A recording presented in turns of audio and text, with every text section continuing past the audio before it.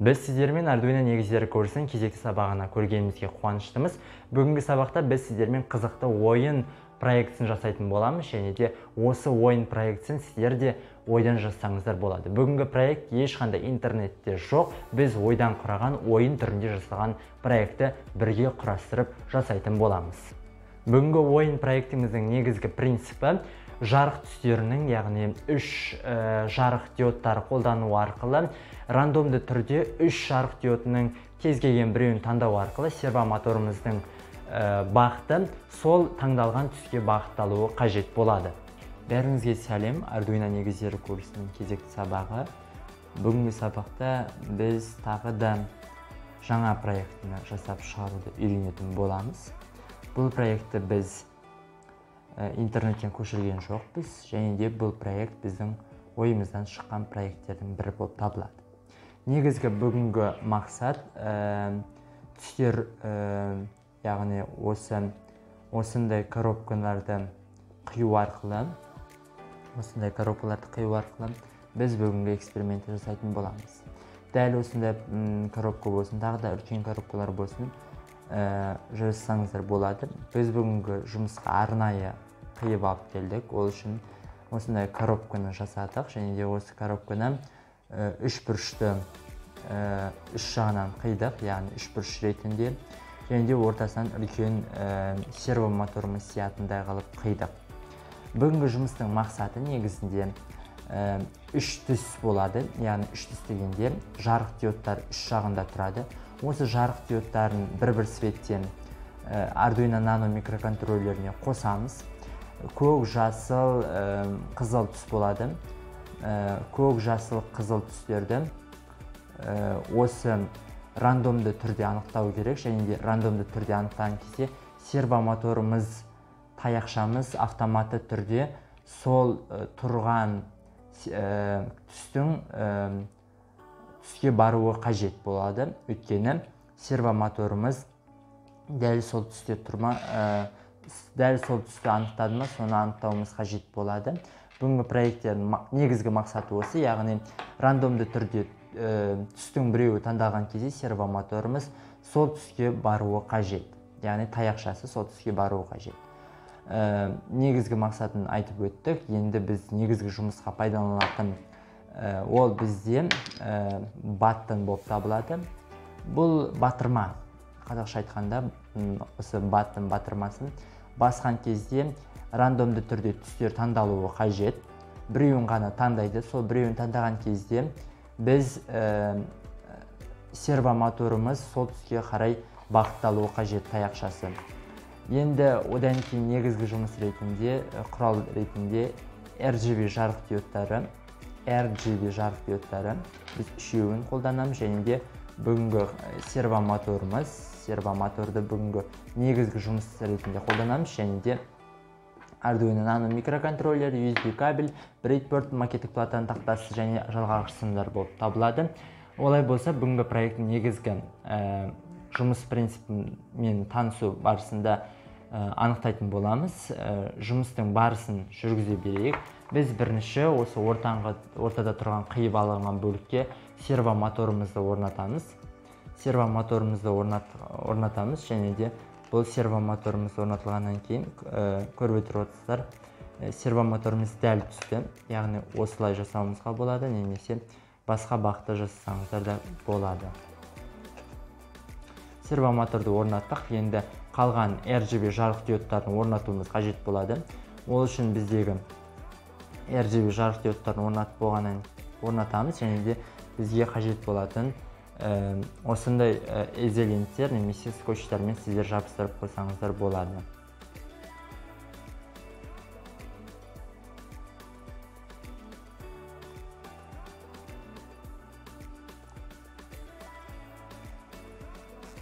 Өздерің жабыстырып қойсаңыздар болады. Тағы да RGB жарық диодтың тағы біреуін алып келейік.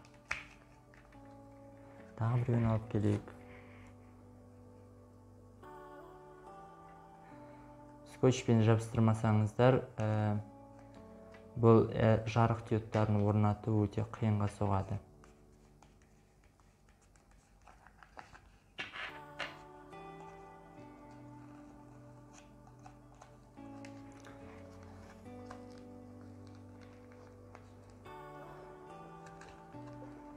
орнатып жатырмыз.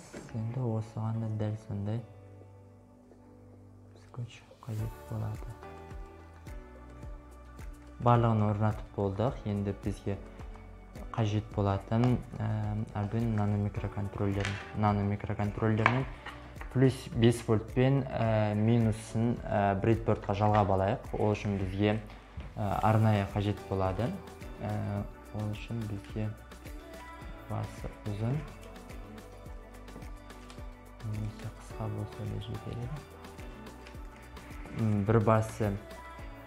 Бір басында ұзында, бір басы кірілетін болуы қажет секілді.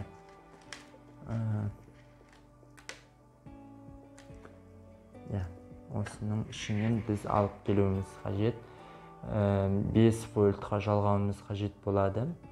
5 вольтқа жалғауымыз қажет. 5 вольт бізде оң жақтан санағанда 4-ші тұр. Сол 4-ке жалғаймыз. Осы 4-ті алып келемізден плюсқа жалғаймыз. Және тағы да дәл сондай қылып біз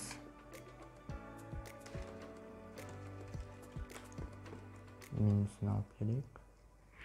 Минусқа жалғайтын боламыз. Arduino Nano микроконтроллерінен біз минус пен плюсі жалғап алдық. Енді бізге қажет болатыны осы Arduino Nano біз құрастырған сұлбадағы жарықтардың аяқтарын жалғауымыз қажет болады. Әрбір жарық диодта, мысалы, мына түстен қызыл, мына жақтан көк, мына жақтан қызыл, көк, жасыл түстерді жандырамыз. Қалған түстері керек емес қосудың өткені. Біз қалған түстерді рандомды түрде таңдағандықтан 3 түсті ғана. Қалған түстер керек емес. Және де бұлардың әрқайсысын 3 жарық диодын жерге минусқа тұйықтауымыз керек. Минусқа жалғауымыз керек, және де сервомотордың минусын, плюсын және де диджитал бөлікке жалғанатынын жалғауымыз қажет болады. Бірінші біз сервомотордың өзін ғана қарастырайық. Ол үшін бізге сервомотордың өзін ғана жалғастыру үшін. Ол үшін бізге осындай көріп отырғанымыздай сервомотордың қоңыр түсі ол минус, қызыл түсі плюс және де сарғылттау түсі ол бізде диджитал бөлікке немесе аналогтық бөлікке жалғанатыны. Қоңырлау түсі ол бізде минус болып табылады. Минусқа жалғаймыз. Қызыл түсі бізде ол плюс болып табылады. Сондықтан да плюске жалғауымыз қажет болады.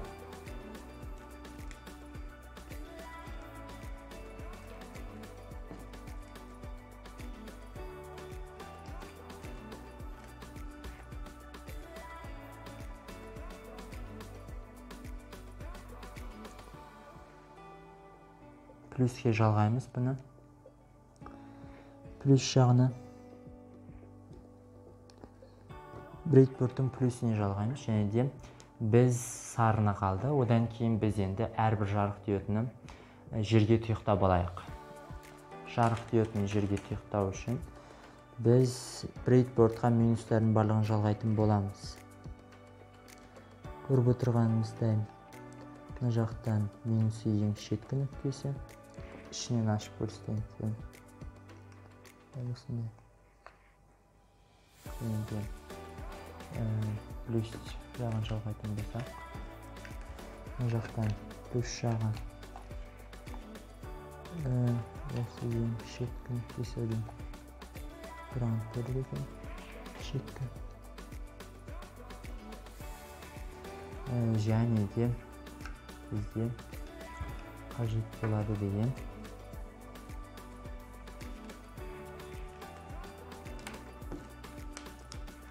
жарық диодымыз. Ол бізде мына жақтан дәл шетінде орналасқан ба? Нақты көрінбейді екен.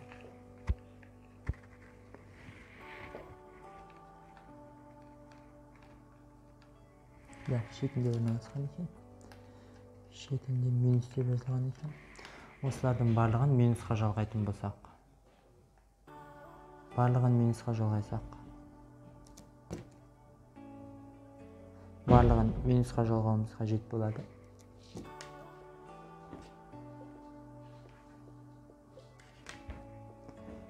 плюсті минусқа жалғайық. Плюс емес, үшінші жарық диодының минусын. Енді бұлардың әрқайсысы біз мына жақтан қайта ұстасақ болады екен.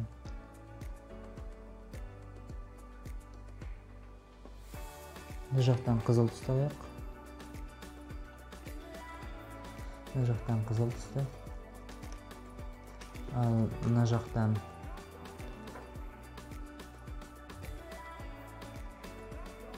көк түсті алайық.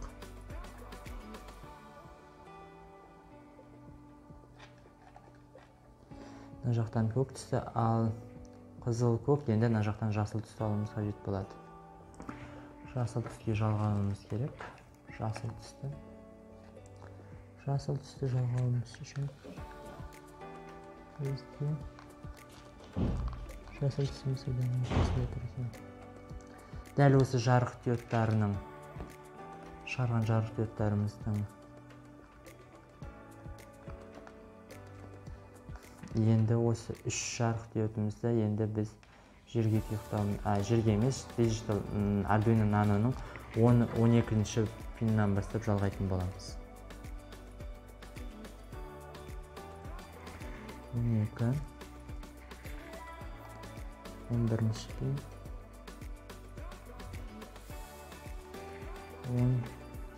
11, 10-ші пин қатар жалғаймыз.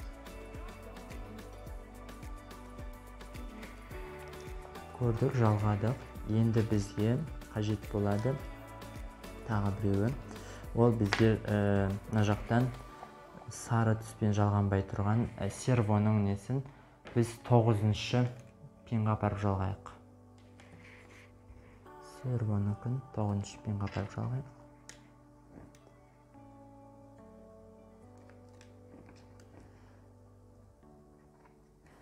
Сервоны 9-ші пинға апарып жалғайық.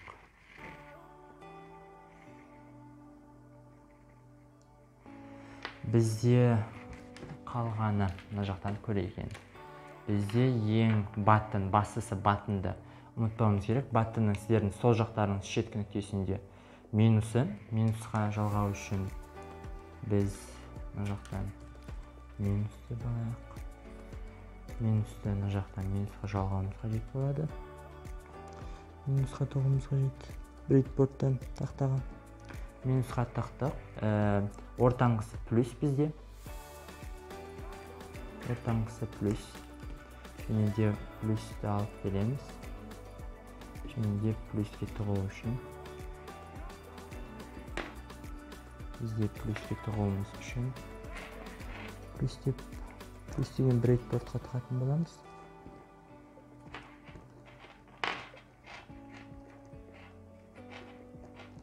Және де ендікісі бізде шеткісі ол біздегі 8-ші Digital пинға жалғануы керек.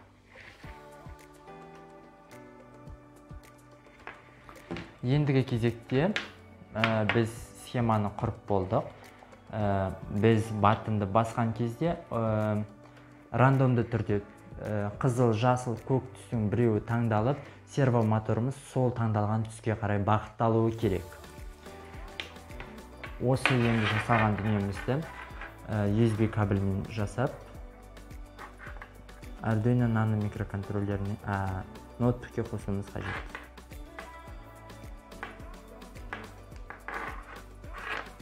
Ноутбукке қосуымыз қажет болады. Бүгінгі ойын проектінің скетчін Arduino IDE платформасына жазатынымыз белгілі. Және Arduino IDE платформасына скетч жазу үшін бізге бүгінгі бірінші шарт бойынша серво моторымыз жұмыс ететін болғандықтан подключить библиотеканың ішінен сервоны таңдауымыз керек болады. Сервоны таңдап include servo.h деген библиотеканы қолданамыз, және де осы серводан серво библиотекасын қолдану арқылы объект құратын боламыз. Осы серводан кейін серво деп жазып, объектіміздің атын жазамыз. Ол объектіні кез келген атты жазсаңыздар болады, ешқандай әсері жоқ кодқа.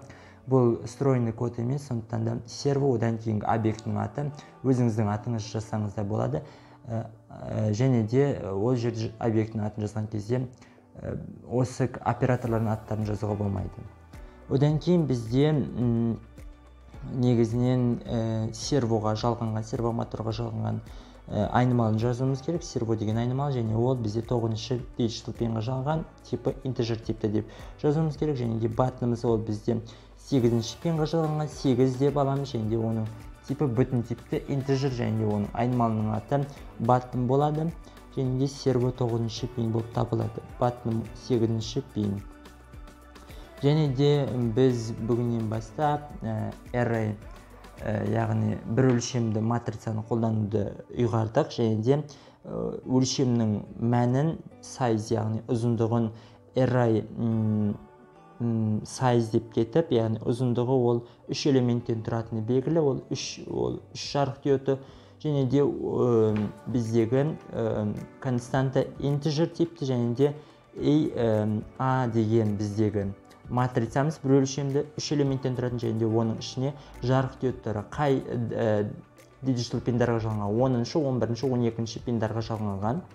Және де біздегі бір өлшемді матрицамыз, яғни жарық диодтарымыз 10-шы, бірінші жарық диодымыз 10-шы, 2-ші 11-ге, 3-ші 12-ші digital пинға жалғанған екенін көрсетіп береміз. Және де бізге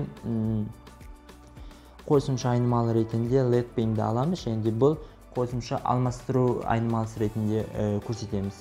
Setup функциясында бізге біз бірінші array бір өлшемді матрицаны конфигурациялау үшін for деген функцияны қолданамыз. Яғни for функциясын қолдану не үшін қажет? Өйткені ол біздегі матрицаның элементтерін жеке-жеке конфигурацияланғанша бірден for функциясы арқылы біздегі i тең 0-ден басталады. Элементіміздің реттік нөмірі 0, 1, 2 деп. Және де ол 3-ге дейін, және де i плюс 1-ді қосып отыру керек. және де pin mode a-ның i деген элементі бойынша біз output, яғни шығыс айнымалысы ретінде, яғни ол жарықты бізге көрсетіп шығарып тұруы керек. Сондықтан да бізде output болып табылады.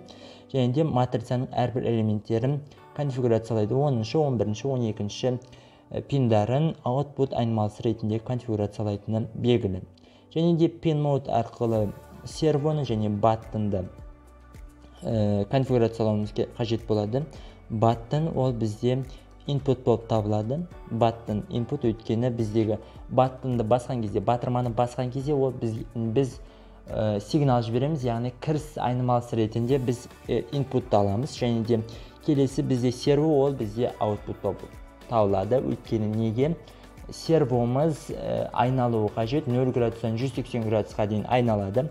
Сондықтан да бізге сервоны output деген дұрыс болып табылады. Және де порт мониторымызды қосуымыз қажет болады. Ол 9600 портқа қосылады.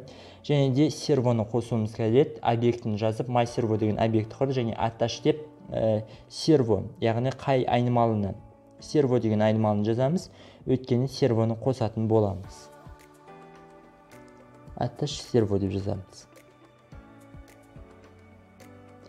Ендігі кезекте біз осы жерден random set деп жазамыз. Не үшін қажет? Өйткені жарық түстерін, 3 жарық диодының бір түсін көк, жасыл, қызыл түстің біреуін таңдау керек. Сондықтан да рандомды түрде таңдаймыз.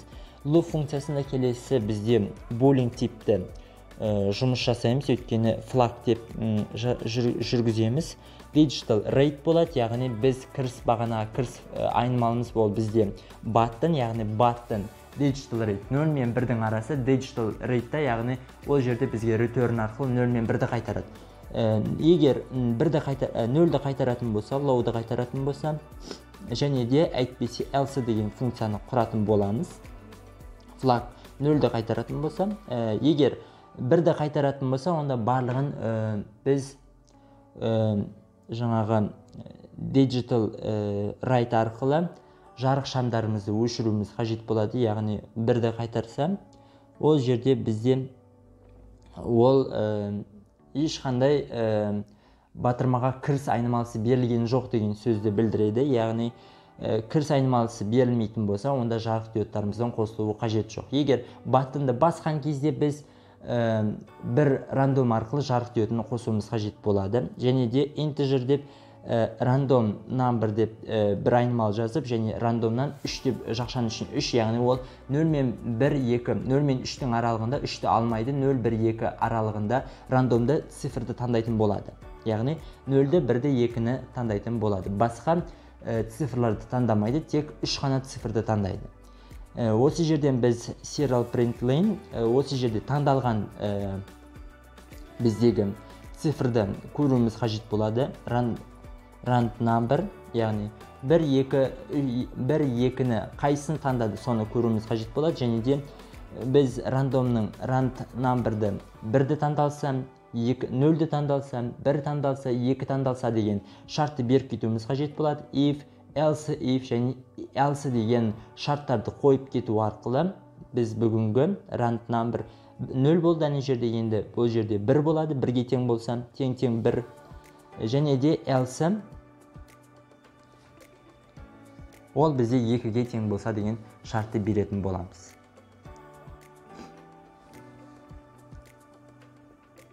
Және де 0-ді беретін болсақ, біздегі қосымша айнымалымыз, бағана алмастыратын айнымалымыз let пиніміз, ол бізде 10-шы пинға тура келуі керек, және де сервомыз дәл сол моментте 0 градус болуы қажет. 0 градуста тұруы қажет. Егер біздегі 10-шы пинға жалынған түсіміздің жанатын болса, онда сол нұсқауды көрсетіп тұру керек, бағықты соны көрсетіп тұру керек.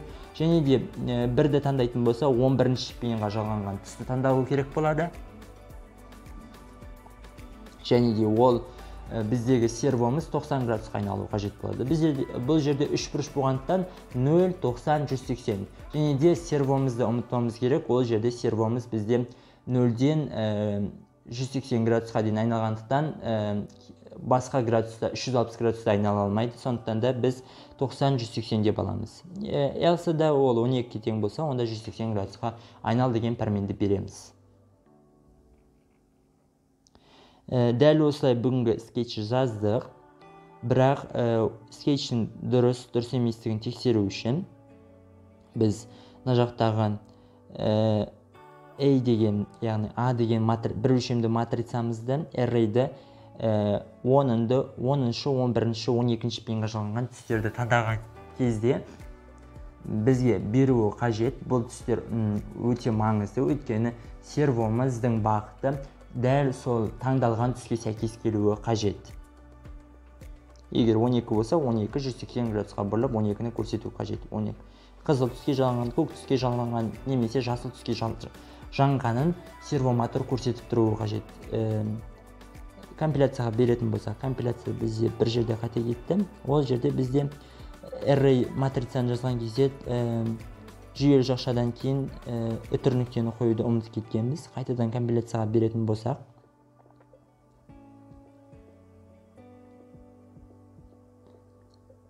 дұрыс шығарды. Және де инструменттердің ішінен біз енді монитор порты, біздегі платамыз Arduino Nano'ны таңдаймыз, процессор Atmega Old Bootloader және комп алтынын таңдайтын боламыз. Скетчі жүктейміз Arduino Nano микроконтроллеріне. Жүктелді. Енді инструменттердің ішінен біз қазір монитор портты ашуымыз қажет болады. Негізінен монитор портты ашуымыз қажет болады. Осы жерден кодтан біз жарық диодын қосуды ұмытып кеткен секілдіміз. Бірақ та сонда да монитор портты ашып көрейік. Көріп отырғанымызда бірден рандомды түрде 3 цифрды қайталап шығарып жатыр. Яғни бұл жерде үзіліс жоқ болған кезде рандомды түрде 3 цифр дегенде 3 рет қайталап шығарып жатыр. 3 цифрді бір моментте шығарып жатыр. Сондықтан да біз digitally write дегенде, яғни жарық диодтарын қосуымыз қажет бір түсті. Яғни таңдалған түс шарт бойынша таңдалса, онда LED пинді таңдап қосуы қажет. High деп жазуымыз қажет. High деп жазамыз. Одан кейін біз 1 секундқа демалу, үзіліс жасауымыз қажет болады. Бір түсті ғана таңдау керек болатын болса. Үзіліс таңдаймыз. LED пинді High деп жазамыз. Яғни 10-ды, 11-ді, 12-ні таңдау арқылы компиляцияға беріп көретін болсақ, дұрыс орындалуы қажет. Ешқандай қате жоқ секілді. Дұрыс орындалды. Енді скетчті жүктесек. Скетчті жүктеп, толықтай жүктегеннен кейін монитор портты бірден ашуымыз қажет болады. Яғни қай біздегі инструменттердің ішінен монитор портта қай 0 мен 3-тің арасында қай цифрлар таңдап атқан. 1-ді таңдаған екен. 1 секунд демаламыз, одан кейін қайтадан 1-ді таңдаған екен. Бұл жерде рандомды болғаннан кейін цифрлар қайталануы мүмкін. 2-ні таңдаған екен, 1-ді таңдады, 2-ні қайтадан таңдады, 0-ді таңдады. Міне көріп отырмыз, рандомды цифрлар 2-ні, 1-ді. Дәл осы рандомды цифрлар арқылы біз қай түсті жанғанып жатқанын эксперимент нәтижесіне көрсек болады. Келесі видеода біз көрсететін боламыз эксперименттік бөлікте дәл осыны. Яғни цифрлардың 0, 1, 2-нің қалай жанып жатырғанын, қалай және серво моторымыз айналып бағытын көрсетіп тұрғанын көрсете аламыз деп ойлаймын. Дәл осылай скетчті басқа түрде жасаңыздар болады. Біз құрған скетчті енді сұлбамызды жалғаған, құрған сұлбамызды, проектімізді енді ноутбуктен скетчті көшіріп алу керек, жүктеп алу керек. Сол үшін біз USB-ді ноутбукке қосамыз. Содан кейін біз көріп отырғанымыздай мен баттынды басып отырмын. Баттынды бастым. Көк түсте тұр. Қызыл жанса қызылға барады сервомыз. Көк түсте. Енді мына жақтан бізде сервомыз 180 градустан 0-ден 180 градусқа дейін ғана айналады. Сондықтан да бұл жерде 0, 90, 180 деп айналып тұр. Сондықтан да біз егер де сіздер үшінші жарық диодымызды сәл мына жаққа қарай алып келгенімізде, онда біз 180 градус айналатын еді. Солай жасауға болады негізінен. Болмаса тағы да минус градусқа айналуға болады, немесе тағы да басқа тәсілдерін ойлап тапсаңыздар болады. Бізде яғни жасыл түс жанған кезде бізде ол жасыл түске қарай бағытталады, бірақ сәл біздегі көк түске қарай бағытталмайды. Өйткені көк түс былай бағытталып тұр, жасыл түс былай бағытталып тұр. Қызыл түске дәл түседі, көк түс пен қызыл түске дәл түседі. Қараңыздар, көк түске дәл түсті. Қайтадан мен басатын болсам, баттынды батырмамызды қызыл түске түсті. Жасыл түске қарай бағытталды, көк түске қарай бағытталды, жасыл түске қарай, көк түске, жасыл түске, көк, қызыл түске. Дәл осылай қылып сіздер өздеріңіз проекттер жазсаңыздар болады. Бұл проект негізінен интернетте жоқ. Сіздер интернетте жоқ проектіні өздеріңіз ойын түрінде немесе тағы да басқа түрде жасасаңыздар болады. Бұл жерде түстерді рандомды түрде анықтайды, яғни кейбір түстер 1-2 немесе 3 мәрте, 4 мәрте қайталанып кетуі мүмкін. Өйткені бұл жерде рандомға біз 3 қана санды беріп отырмыз. Өйткені 1, 2, 3, яғни 1, 2, 3-ті рандомды түрде таңдаған кезде 1, 1, 1 деп 4 рет таңдап кетуі мүмкін, немесе 2, 2 деп 2 рет таңдауы мүмкін. Болмаса 1, 2, 3 деп немесе 2, 3, 1 деп керісінше таңдауы да мүмкін. Қызыл түске, жасыл түске, көк түске. Дәл осындай қылып сіздер өздеріңіз жаңа проекттерді құрып жазсаңыздар болады.